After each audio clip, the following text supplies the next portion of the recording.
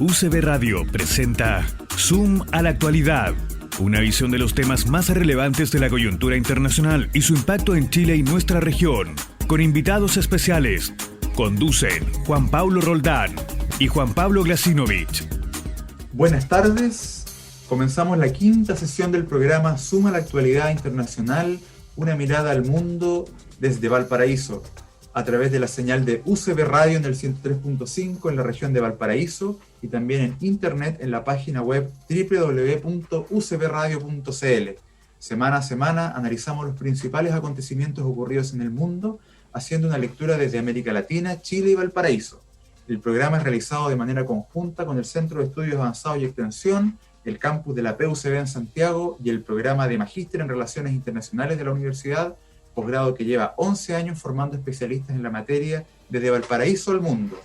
En esta quinta edición de Zoom a la actualidad internacional se analizará la vocación marítima de Chile, los desafíos y oportunidades que nos propone el siglo XXI. Hoy contamos con la participación de dos destacados invitados, la abogada y diplomática María Teresa Infante y el almirante y académico Rodolfo Codina. María Teresa Infante es diplomática y a lo largo de su trayectoria ha ocupado diferentes cargos a nivel nacional como en el extranjero. Más recientemente fue embajadora de Chile en los Países Bajos o agente de nuestro país ante la Corte Internacional de Justicia en el caso Chile-Perú y es parte del grupo de 35 expertos que asesoraron a Chile por la demanda de Bolivia ante la Corte Internacional. Actualmente es jueza del Tribunal Internacional de Derecho del Mar. El almirante Rodolfo Codina ocupó el cargo de comandante en jefe de la Armada de Chile entre 2005 y 2009, cuenta con un magíster en Ciencias Navales y Marítimas, con mención en Estrategia. Es graduado de la Escuela Superior de Guerra Conjunta y del Curso Superior Conjunto de las Fuerzas Armadas de Francia. Es académico del Magíster en Relaciones Internacionales de la PUCB. Como es habitual antes de la entrevista, el profesor Juan Pablo Glasinovich compartirá con nosotros una breve síntesis semanal de los principales acontecimientos que han ocurrido en el mundo. Te escuchamos, Juan Pablo. Buenas tardes a todos, bienvenidos a una nueva versión de nuestro programa. Un especial saludo a nuestros auditores y auditoras. Como siempre en el resumen, partimos por nuestra región, nuestro vecindario y Brasil. En Brasil, en la semana pasada, el presidente Bolsonaro procedió al mayor cambio de gabinete de su mandato. La razón sería dar un golpe de timón ante la grave crisis sanitaria del país. Entre los ministros salientes se encuentra el canciller y el ministro de Defensa. En el caso del canciller, era muy ideológicamente alineado con el presidente y su salida respondería a su supuesta incapacidad por conseguir vacunas. En el caso del ministro de Defensa, hay toda una serie de polémica y conjetura, pero el hecho es que tras sacar el ministro de Defensa, renunciaron los comandantes en jefe de la Fuerza Armada de Brasil, y se dice que esto habría sido porque el presidente Bolsonaro habría tratado de generar algún tipo de intervención militar fuera de la Constitución. Producto de estas mismas conjeturas y este ambiente revuelto es que se ha iniciado un proceso de impeachment en la Cámara Baja del Congreso brasileño, donde habrá que ver qué es lo que va a pasar como dije, en un ambiente bastante complejo y revuelto. Perú y Ecuador resuelven este domingo 11 de abril. En el caso de Perú van a la primera vuelta presidencial, hay 18 candidatos y hay una elección general de congresistas y también regional. Encabeza las preferencias dentro de estos 18 candidatos Johnny Lescano, pero esto indica de todas maneras que van a tener que ir a una segunda vuelta porque nadie tendría una mayoría sustantiva como para ser electo en primera ronda. Y en el caso de Ecuador, se va a la segunda vuelta, habían salido electos en la primera Arauz y Lasso, y la intención de voto demuestra hasta ahora que Arauz lleva la cabecera y podría ser electo de seguir esa tendencia. Saliéndonos y ampliándonos al resto del mundo, la semana pasada también en el caso de Estados Unidos, el presidente Biden anunció en un discurso en Pittsburgh un plan de infraestructura de más de 3 trillones de dólares, una cosa gigantesca que se suma al anterior programa de promoción económica contra la crisis y el COVID de 1,9 trillones. Y su objetivo en este caso es la infraestructura, básicamente, ponerla al día, considerando que Estados Unidos se ha quedado rezagado en muchos puntos de infraestructura y eso atenta contra su competitividad. En este caso, a diferencia del paquete de ayuda anterior, se financiaría en buena parte con el aumento de los impuestos, particularmente los impuestos corporativos que habían sido disminuidos por Trump. Los republicanos desde ya han anunciado que se opondrán a este masivo plan, tanto por considerar que están en contra del aumento de los impuestos, como porque esto aumenta el rol del Estado, según ellos. En Europa sigue la tercera ola de infecciones del COVID. Hay muchas críticas por la lentitud del proceso de vacunación. En el caso de Francia, el presidente anunció a su pesar una nueva cuarentena de 4 semanas, y las cosas no parecen mejorar como se esperaba que mejoraran. En materia política, el Parlamento Europeo está reflejando la polarización política que afecta a muchos de sus países al salirse el partido húngaro Fidesz del primer ministro Orbán, del bloque de los partidos de centro-derecha del Parlamento, y procurar constituir un nuevo bloque, que en este caso sería de partidos de ultraderecha, en el cual está negociando con la Liga del Norte italiana y el Partido de la Ley y Justicia de Polonia. Rusia está desarrollando ejercicios militares en la frontera con Ucrania. Coincidentemente han retomado los enfrentamientos entre los separatistas rusos en algunas zonas de Ucrania y las tropas ucranianas. Por lo tanto, acá es difícil ver que no haya una coincidencia. En el caso de China, su diplomacia ha reaccionado a la ofensiva reciente de Estados Unidos. Recordemos que la semana pasada el secretario de Estado estuvo en Asia, ha tenido reuniones también virtuales, el presidente también con varios líderes de la región. Lo mismo está haciendo China. Hubo una ronda en que el ministro de Relaciones Exteriores se reunió con sus pares de Singapur, Malasia, Indonesia y Filipinas. Hong Kong sigue la consolidación autoritaria de mano de China. El Consejo Legislativo, que es la autoridad territorial, se le han cortado competencias y además ahora los cargos de elección directa han sido reducidos, exigiéndose a los candidatos que demuestren patriotismo con China, lo que implica que estén alineados con el Partido Comunista Chino. Myanmar, la Junta Militar presentó cargos contra la mandataria depuesta por supuesta violación de secreto hacia terceras potencias, lo que conllevaría 14 años de prisión. Esto en el contexto de que se mantiene la movilización popular y la violenta represión. Y finalmente, Jordania,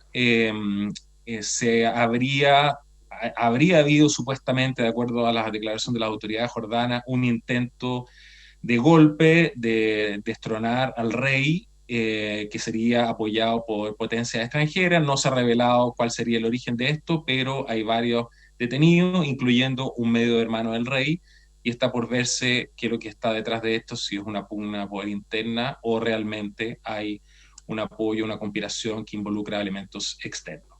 Muchas gracias. Gracias, Juan Pablo, por la síntesis internacional. Bueno, y aprovechamos de saludar a nuestros invitados, a María Teresa Infante y a Rodolfo Codina. ¿Cómo están? Muy bien, Juan Pablo. Muy bien, muchas gracias por la invitación. Muy bien. Qué bueno. Es un gusto escucharlos también. Queríamos comenzar con María Teresa. Bueno, que nos cuente un poquito, obviamente de manera breve, qué hace el Tribunal Internacional del Derecho del Mar, cómo está integrado, para que nuestros auditores sepan cuál es su función y qué tipo de casos revisa. Nos gustaría saber si el tribunal puede intervenir por sí mismo o únicamente a requerimiento de una o más partes. Muchas gracias por la pregunta. Para presentar sintéticamente una imagen del tribunal. Este es un órgano judicial que fue creado en la Convención de Naciones Unidas sobre el Derecho del Mar. Los negociadores creyeron que era útil en esa época establecer un órgano que fuera autónomo, parte de la Convención, para la aplicación y la interpretación de la Convención, sin perjuicio de que algunos estados pudieran optar por otros mecanismos también jurisdiccionales y judiciales, arbitraje, Corte Internacional de Justicia. Y el tribunal es un tribunal permanente, o sea, tiene una existencia que es visible en una ciudad, Hamburgo, formado por 21 miembros que son elegidos por los estados partes, que en este momento es una cantidad muy grande de la comunidad internacional, más de 160 países, que tienen el mismo derecho a voto y a presentar candidatos. Y hay una distribución geográfica que indica que hay un número de países africanos, asiáticos, hay europeos del este, europeos occidentales, América Latina, y después los países que están vinculados y que no son de un grupo regional específicamente, de esos grupos regionales específicamente, pero que son parte de la convención. Y el tribunal tiene una competencia muy amplia en materia de aplicación de la convención, pero tiene que haber consentimiento de las partes para que el tribunal pueda dirimir una controversia. Es decir, los estados deben haber elegido el tribunal al firmar la convención o después de que ese órgano judicial va a actuar en el caso que tengan una disputa.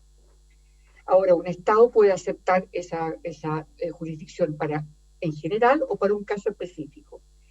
Pero este tribunal tiene una peculiaridad que además tiene algunas facultades especiales.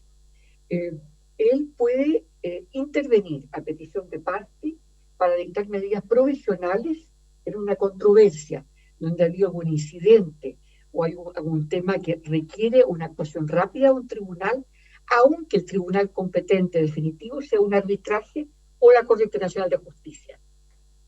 Medidas provisionales urgentes.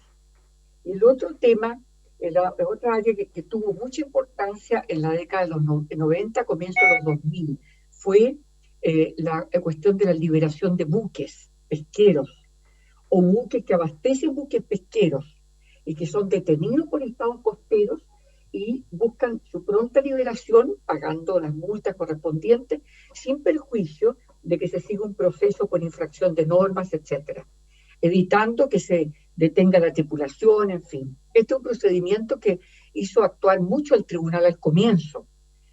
Muchos casos se llevaron adelante en esta vía.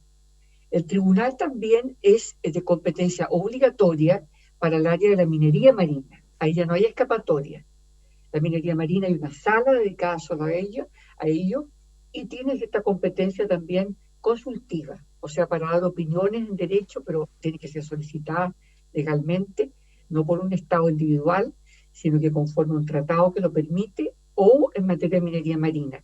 El tribunal es un tribunal que, podemos decir, tiene una buena trayectoria, ha cumplido con su cometido, no tiene la envergadura en cuanto a los casos que tiene la Corte Internacional de Justicia, que puede conocer de todo tipo de controversias, territorial, de responsabilidad, una serie de cosas, en fin, pero para Chile es muy importante porque la jurisprudencia del tribunal ha marcado pauta en determinadas materias respecto de protección del medio marino, las competencias del Estado del pabellón, el concepto de lo que es la tripulación de un buque, aunque sea de muchas nacionalidades, y que interesa mucho a un país que usa mucho las vías marítimas.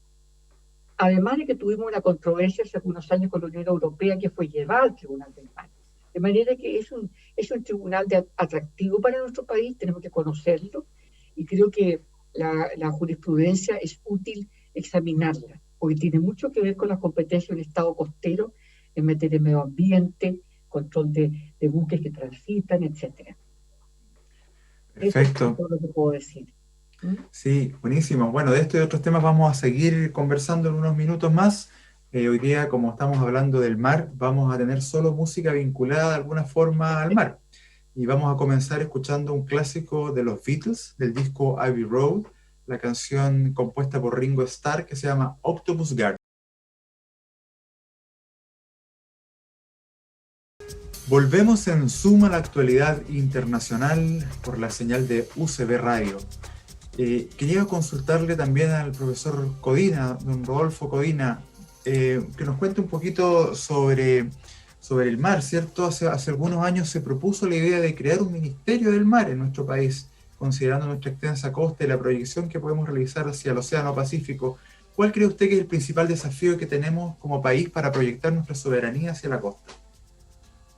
Bueno, un gusto, Juan Pablo, de conversar este tema para un marino como en mi caso. Un poquito de historia. Mira, Chile, desde el inicio de la República, de la época de nuestro padre de la patria, O'Higgins, no fue un país con una visión marítima porque fuimos en gran parte formados, los líderes eran dedicados al agro o a la minería. Así que tuvimos hitos. Uno de ellos indudablemente fue O'Higgins, con la creación de la primera Escuadra Nacional, la Escuela Naval. Después vino Portales, que también tenía una visión muy marcada marítima. Después vino Bulnes, con la toma de posesión del Estrecho de Magallanes en 1842.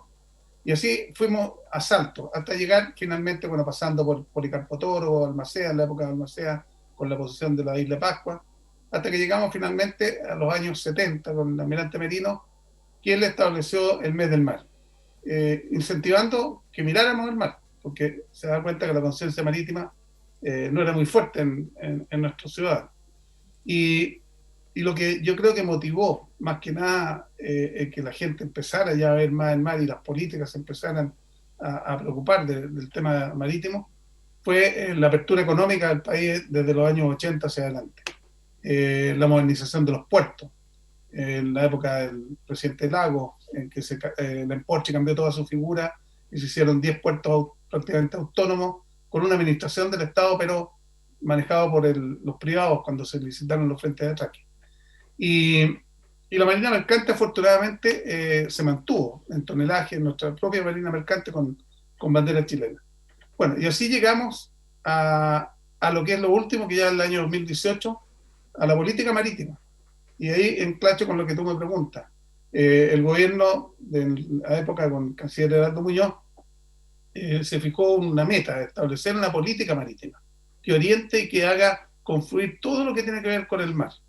Entonces, yo creo que eso es lo mejor, más que un ministerio. El ministerio a lo mejor va a ser más burocracia, abarca muchas cosas que son distintas. Por la pesca está en economía, en la parte. La marina mercante está en transporte, y así. Entonces, si hay una buena política que está bien estructurada y que sea bien liderada, como está escrito, eso nos puede, obviamente, mejorar todo lo que podríamos llamar la gobernanza del mar, ¿no? Todo lo que tanto en el mundo público como privado. Se han escuchado voces hace mucho tiempo, incluso el mismo almirante Merino habló en su época de un ministerio del mar. Pero después, viendo lo que ha pasado, yo creo que no, sería más burocracia y es mejor mantener una buena política marítima, irla perfeccionando, la que está ahora está muy buena, y en base a eso, orientarnos. Perfecto. Así es. María Teresa, en la línea de la pregunta anterior, profundizando y aterrizando para que nuestros auditores vayan tomando conciencia del rol del tribunal. Hace unos días, el producto de una maniobra, un buque encalló en el canal de Suez y esto generó un bloqueo de 6 días con las consecuencias económicas, logísticas, ya medibles y todavía por desenvolverse. ¿Es posible que llegue algún tipo de demanda al tribunal por este caso concreto? Y si puede ilustrar un poco qué es lo que podría pasar. Juan Pablo, los casos deben ser llevados por los estados que actúan porque ellos sufrieron algún efecto o impacto directo o porque ha habido alguna entidad, un buque de su pabellón que ha sido objeto de medidas que se estima que son ilegales. En este caso puede haber procedimientos internacionales, posiblemente más cercanos al tema de los seguros y temas relativos a las condiciones de navegación. Puede haber reclamos mutuos también entre el armador y el estado de donde se navegaba. Puede haber algunos elementos vinculados al régimen aplicable al estrecho, probablemente tal. Por el momento no se ha hablado, no he escuchado ni he visto un comentario respecto de una controversia Estado-Estado en este momento en la materia. Pero sí es importante destacar que en el conjunto de normas que pueden ser aplicables en circunstancias como esa, en un incidente donde está afectada la seguridad, hay temas de cumplimiento de contratos, puede haber incluso a veces temas respecto de personas que sufren algo, etcétera. Hay un conjunto de normas que son desde las más generales de derecho internacional hasta las más específicas que son reglamentaciones nacionales. Y ahí puede haber diversos caminos para resolver demandas, reclamaciones y controversias. Eso es lo que puedo decir en este momento. Muchas gracias. Diciendo además que este es un que es un canal que se rige por normas especiales, por un tratado internacional, pero que es parte de la soberanía de un Estado. Perfecto. ¿Te puedo complementar algo Claro. Sí, por supuesto. Ahí van a venir las demandas, como dice María Teresa, de todo orden, especialmente seguro. Lo que yo leí, Claro. nadie quiere decir la investigación cómo va, pero hay ciertos hechos que a uno le dan a entender que hubo varios errores. Siempre cuando hay un accidente grande, siempre yo lo he dicho, es una suma de errores. Entonces, dicen, por ejemplo, que estaba advertida esa tormenta de arena y ese viento fuerte, que era del orden de 40 nudos, que para un marino es mucho viento. 40 nudos son 40 millas por hora, o sea, son casi 60 kilómetros por hora, un poquito más tal vez. Hubo un buque que advertido de eso, este buque que se varó ahí, estaba advertido, no pasó el canal, y este buque lo pasó. Iban 2 prácticos a bordo. También está una parte de la velocidad. La velocidad creo que está regulada ahí no más allá de 8 nudos, 8 millas por hora, es la velocidad que deben pasar los buques.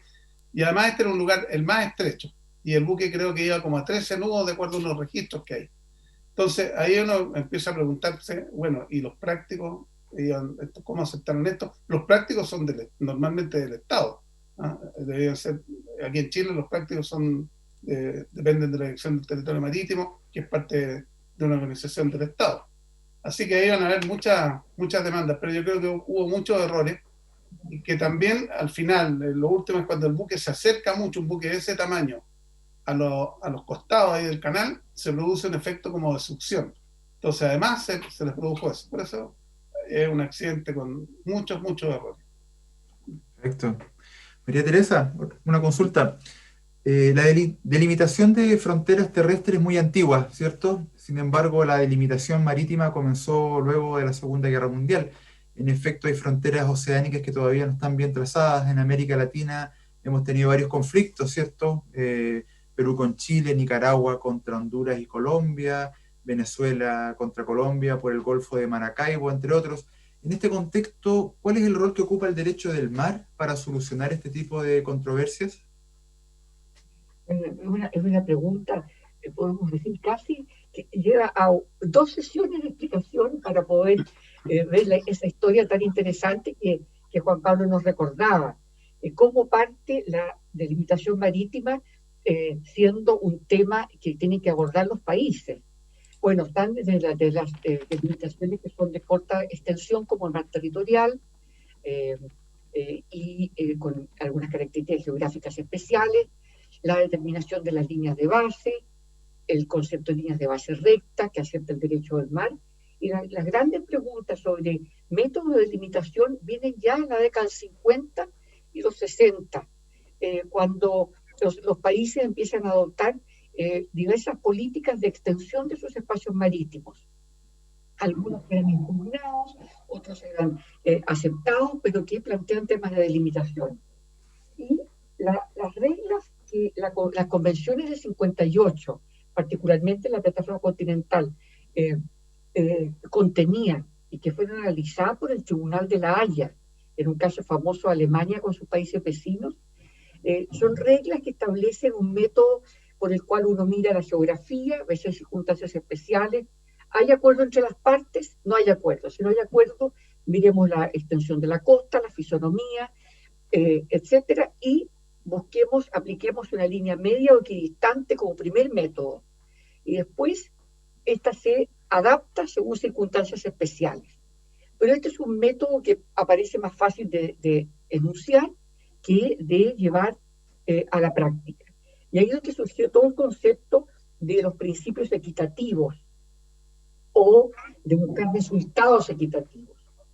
Y la Convención del Derecho del Mar incorporó una norma para la zona económica de la plataforma continental que es una norma que en el fondo lo que dice, mire, no hay una regla técnica única, tiene que haber acuerdo de las partes.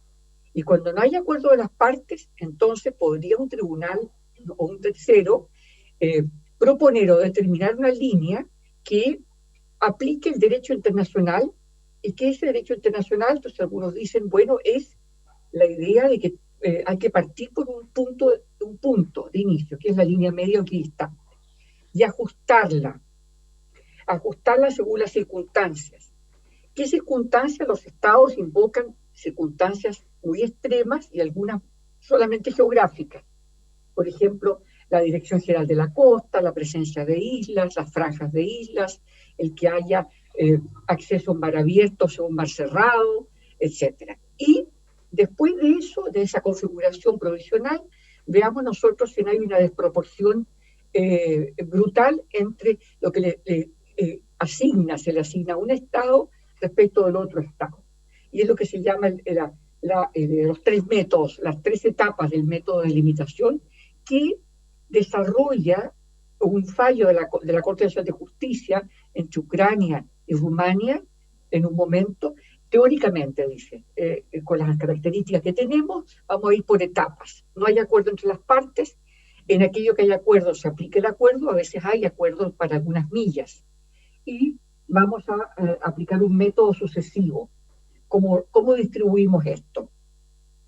Esto es largamente debatido y discutido por los países en los casos. El caso Perú-Chile, Perú versus Chile, era un caso donde las partes habían históricamente considerado que había un acuerdo. Este acuerdo estaba constituido por un tipo de línea que no es contraria al derecho internacional. Y la parte demandante dijo, no, yo creo que esta línea no tiene un fundamento, no es un acuerdo de limitación, es un acuerdo simplemente pesquero y nosotros vamos a demostrar que hay que aplicar otra línea. El fallo es un fallo que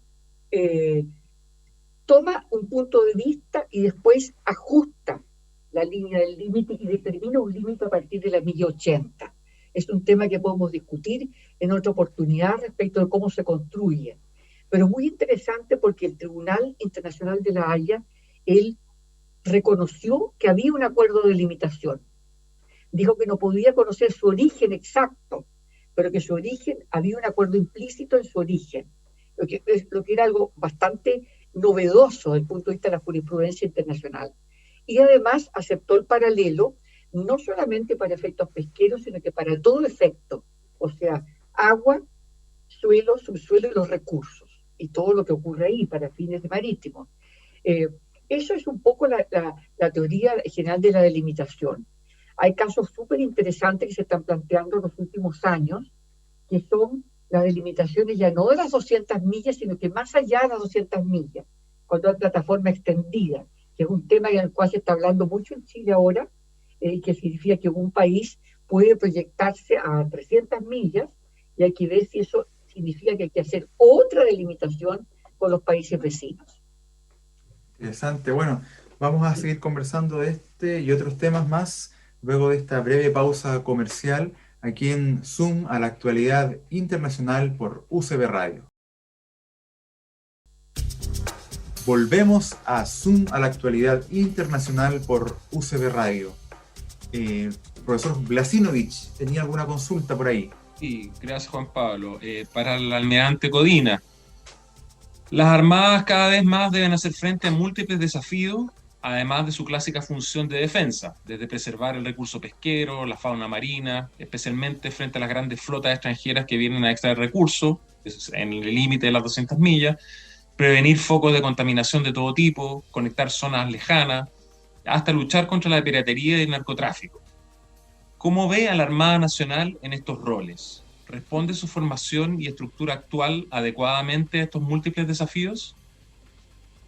Sí, mira, desde hace bastante tiempo, me atrevo a decir unos 15 o 20 años, cuando se partieron viendo estas nuevas amenazas, se partió enfocando la misión de la Armada hacia estas otras áreas que se llaman operaciones distintas a la guerra, ¿no? Porque la Armada está hecha fundamentalmente para la guerra, digamos.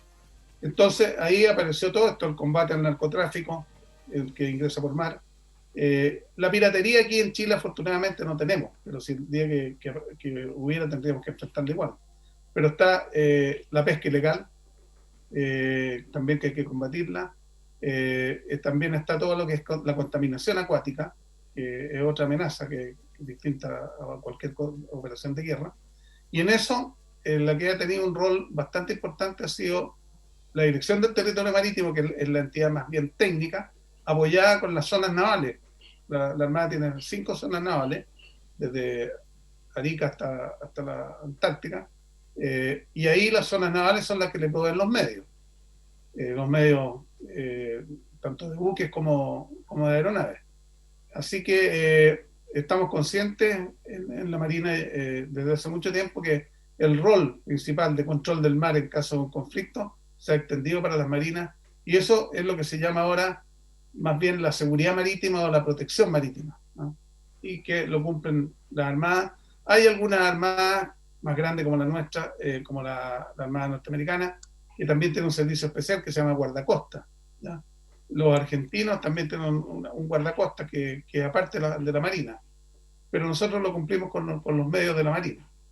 María Teresa. Ahora, hay una cosa sí que es importante saber también. Nosotros hemos declarado unas tremendas áreas de protección, ¿ya? En nuestro mar, digamos, zona económica exclusiva. Y en eso, bueno, se hace lo que nos dan los medios. Indudablemente podríamos tener mucho más presencia. Se hacen patrullajes en todas esas áreas, pero con los medios que tenemos, ¿ya? Chile tiene creo que un buen porcentaje de la zona económica exclusiva está declarada como áreas de protección. Interesante. Una interesante labor la que desarrolla la Armada, sin lugar a dudas. Que a veces uno no lo conoce, digamos, en su total magnitud, digamos. Pero es muy importante la labor que desarrollan. María Teresa, me gustaría que retomáramos lo que estábamos conversando recién sobre Chile y Perú, ¿cierto? Usted trabajó como coagente de Chile en el diferendo limítrofe que tuvimos ante la Corte Internacional de Justicia. Me gustaría saber que nos contara qué fue lo más difícil en este caso y cómo se puede proyectar a futuro la relación bilateral con Perú hacia el futuro. Bueno, yo quiero decirle de inicio que naturalmente no puedo entrar en una discusión donde el interlocutor o el otro país podría decir yo quiero replicar, pero sí abordarlo con una visión bastante completa, comprensiva. Primero, creo que Chile y Perú tienen elementos para una relación madura y sólida. Nosotros tuvimos elementos en el pasado de acción coordinada conjunta en temas del derecho del mar, la creación de las 200 millas, que no es una mera declaración de aspiraciones, sino que algo real. La posibilidad de colaborar en todo lo que es el sistema pesquero del Pacífico Sur, que es fundamental para el desarrollo de nuestra industria, la preservación de los recursos y para las comunidades que dependen de la pesca, por lo cual hay elementos objetivos que llevan a que nosotros con Perú tenemos que tener una relación sólida, madura. También tenemos la inmigración del Perú, que ya tiene más de 20 años en Chile, un curso de 20 años, y que ha sido parte de nuestra experiencia migratoria, y nos ha dado una mirada de la comunidad peruana muy enriquecedora. Y otras áreas, además de la vecindad en Arica y Parinacota, y otros temas.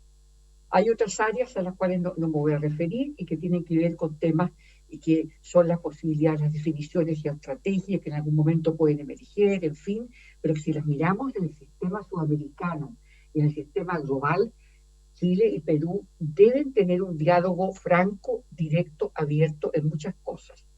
Por ejemplo, en todo lo que es la defensa del libre comercio, todo lo que es la defensa del libre comercio regulado naturalmente, todo lo que es acceso a mercados, el tema de la estabilidad jurídica para recibir inversiones y una serie de otras materias donde hay estos elementos. Ahora, la demanda sobre el límite marítimo fue un elemento que algunos analistas en Chile no les gusta señalar eso, porque creen que Chile debió haber acogido una invitación del Perú a ir juntos a la Corte.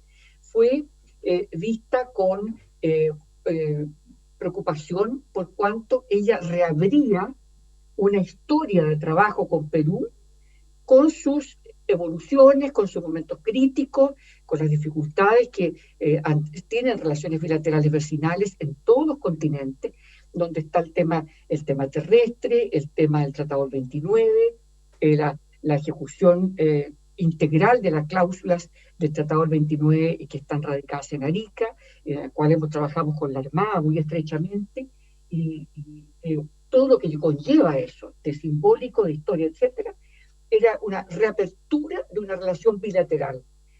Desde la perspectiva chilena, nosotros, con el embajador Frank Claverer, la Cancillería y los grupos asesores, la institución armada, nunca se pensó que había que reequilibrar esta relación bilateral. La parte del Perú lo planteó como un reequilibrio, una reestructuración, para que las cosas fluyeran de otra forma. Eso por una parte. Y es muy importante para la narrativa cómo se explica. Y después viene el tema de la remirada a los tratados del Pacífico Sur. Lo más difícil es el tener que enriquecer la interpretación y la aplicación de instrumentos que sirvieron propósitos en una época, en los años 50, en los años 60, pero que aplicados después, 40 años después, con jurisprudencia de tribunales en el camino, a juicio de una parte, eran instrumentos incompletos. Entonces son afirmaciones que se niegan con otra afirmación o que se oponen. Y algo bien importante que es muy difícil de explicar porque tiene que ver con el nervio interno de los gobiernos. No siempre los gobiernos aprecian estos temas con la misma intensidad o con la misma urgencia. Y en algún momento a algunas personas colocadas en puestos altos de decisión en nuestro país, miraron la relación con Perú como un paquete, donde podían entrar en ecuación otros temas. Esta idea no estuvo presente en el periodo de La Haya, ni tampoco estaba presente en ese periodo, pero lo que se hace 30 años atrás, con el concepto de incorporar elementos que nos permiten a lo mejor tener una ventaja en un punto y nosotros hacemos concesiones en otro, han sido siempre muy negativas para la conducción de las relaciones. Estamos hablando de relaciones vecinales, que involucran territorio, población, recursos, percepciones, una serie de elementos que además están muy arraigados en la forma como los chilenos se ven a sí mismos y su pasado. No puedo decir más sobre eso, yo diría que eso es lo más difícil. Gracias. Gracias por el análisis y por contarnos también cómo fue todo ese proceso.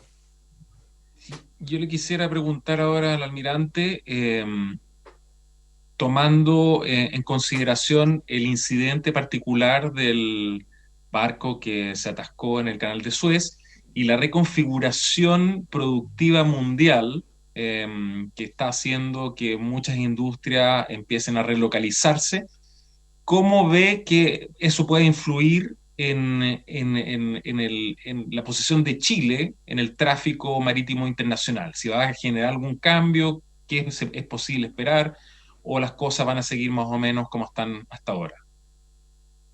Mira, yo creo que y perdón, y también el famoso concepto del megapuerto que siempre se está discutiendo, que de dónde se tiene que ubicar, que si va o no va. Perfecto.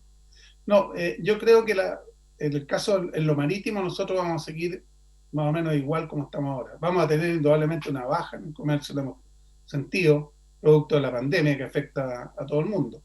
Pero de relocalizarnos, que lleguen algunos otros tráficos para acá, no. Lo importante es, digamos, mantener nuestro flujo y todos nuestros acuerdos que hemos logrado de tratado de comercio, en fin, especialmente mirando al Pacífico. Nosotros lo que importamos, la gran masa es hacia el Pacífico, del orden del 48%. Para que tengan una idea, el 48% de nuestras importaciones y exportaciones se va al Asia-Pacífico. El 28,1% se va a América del Sur y América Central. El 20 y coma y tanto se va a la América del Norte. Apenas el 7% se va a Europa y el 0,4% se va a África. Ese es nuestro flujo comercial por vía marítima, que equivale a un 96% de todo lo que sale y entra a Chile. Es muy poco lo que sale por tierra y menos todavía por avión. Entonces, esto va a seguir igual. Ahora, en cuanto al megapuerto, yo creo que no soy partidario de un megapuerto. Yo creo que el desarrollo del puerto de San Antonio y el desarrollo del puerto de Valparaíso, esas dos unidades, deberíamos llamarlas, si queremos llamarla, el megapuerto de la quinta región, y lo podemos sumar Quintero. Pero no es conveniente ir en desmedro de una para favorecer la otra. Nosotros en lo que exportamos de San Antonio y lo que sale de carga de San Antonio y Valparaíso somos más que el Callao, que es nuestro competidor, entre comillas, ¿ya?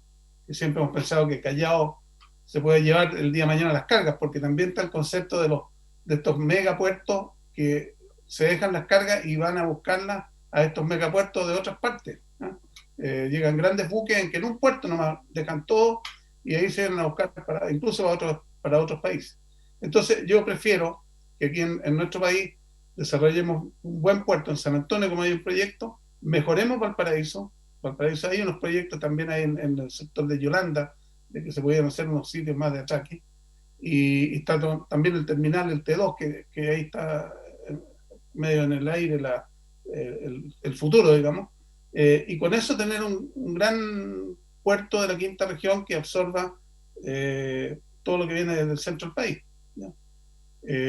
Y seguir desarrollando los otros puertos. Ahora, ahí hay varias, por eso la política marítima es importante. Por ejemplo, el desarrollo del borde costero. Hay que ir dejando lugares guardados para los puertos. Nosotros tenemos que desarrollar a futuro más puertos. Además, si queremos ser una exportador o un lugar de exportación de otros países, como puede ser Brasil, la carretera que venga desde Brasil pasando por Bolivia hacia los puertos del norte de Chile. Entonces, esos son desafíos grandes, ¿no? Y megapuerto, definitivamente, yo creo que no vale la pena, ¿no? Incluso más, hay varias otras razones. Por ejemplo, el día de mañana hay un problema en un puerto, problema político con los trabajadores, los estibadores, en fin, que se declaran en huelga. Es mejor tener un segundo puerto, que ya ha pasado aquí. Muchas veces, cuando ha habido conflicto en San Antonio, se han venido a San Antonio buques, y cuando ha habido conflicto en Valparaíso, han salido de Valparaíso buques a descargar a San Antonio. Así que esa sería más o menos la idea. Gracias. Perfecto.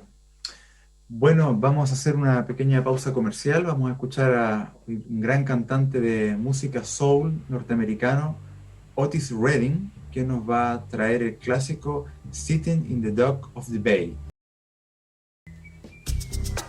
Volvemos a Suma la Actualidad Internacional por UCB Radio.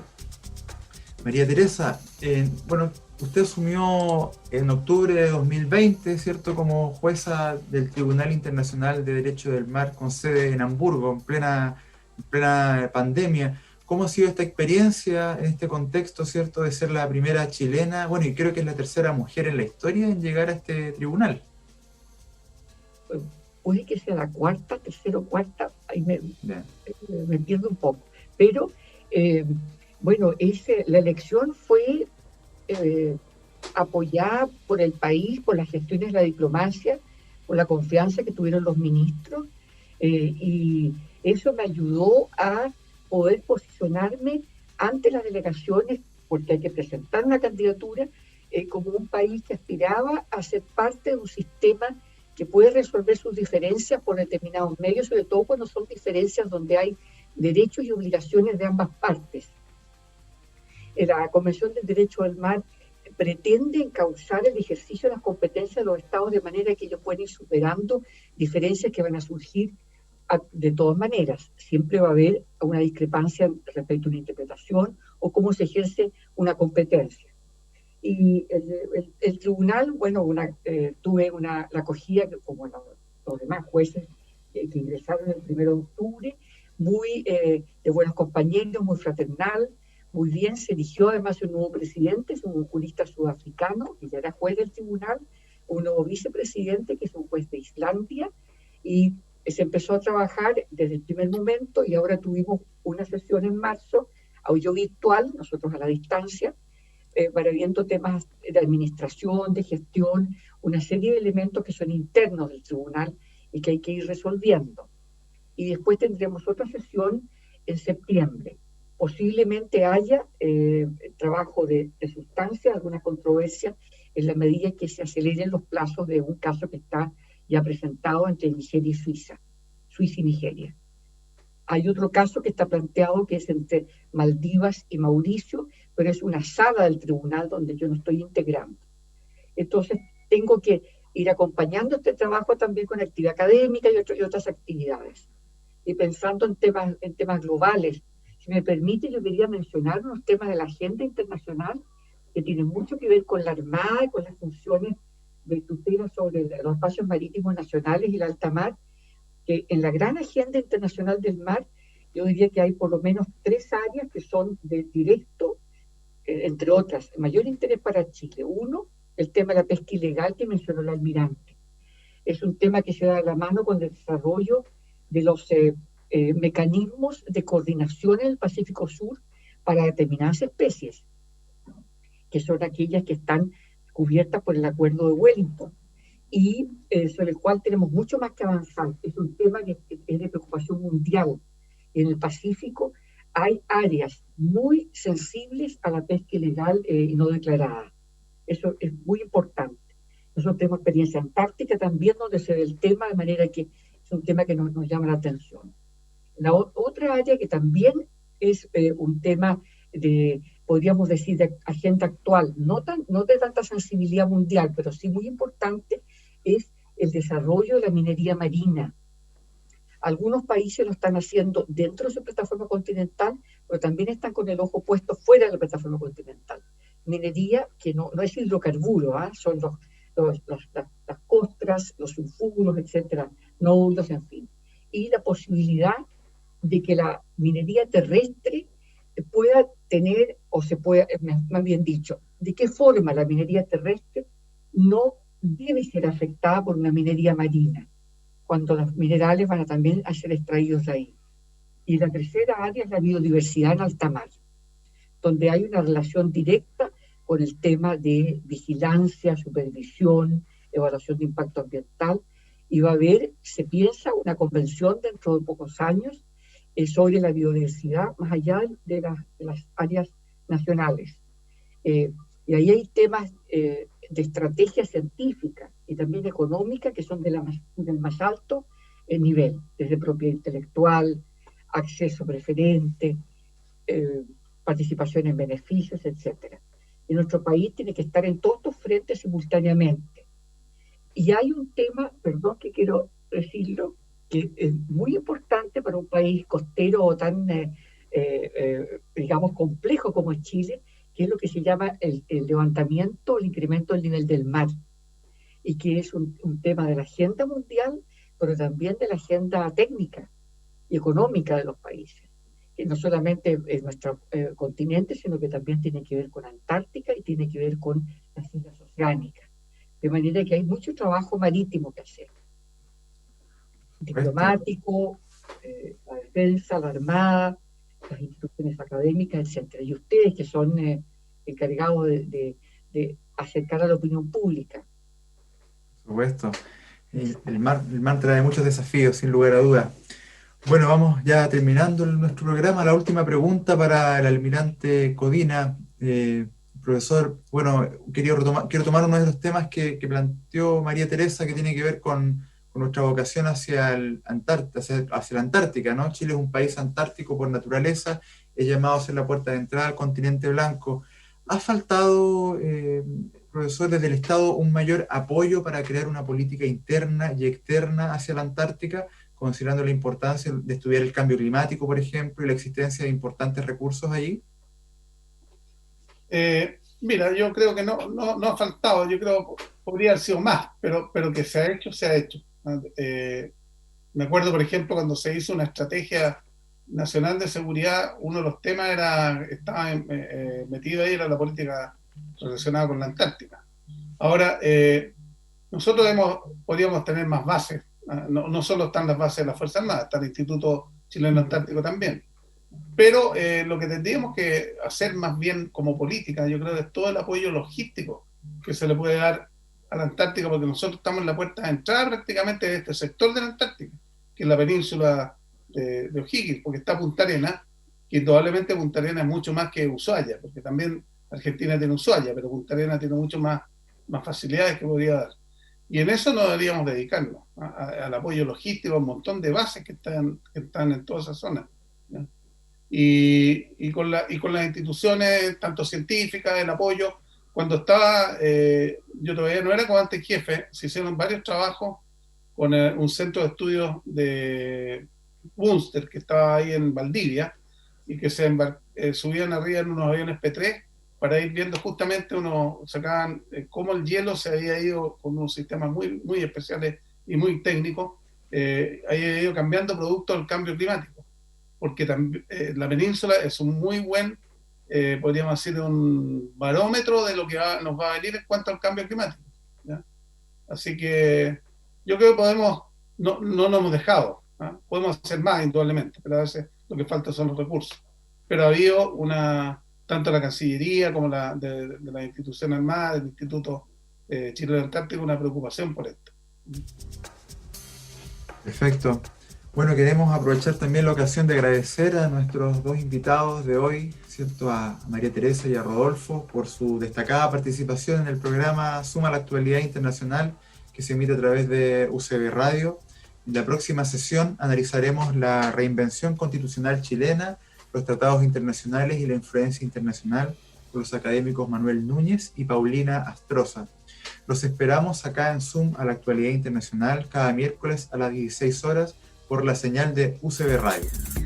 Esto fue Zoom a la Actualidad, una visión de lo más importante internacionalmente con su impacto en nuestra región. Conducen Juan Pablo Roldán y Juan Pablo Glasinovich.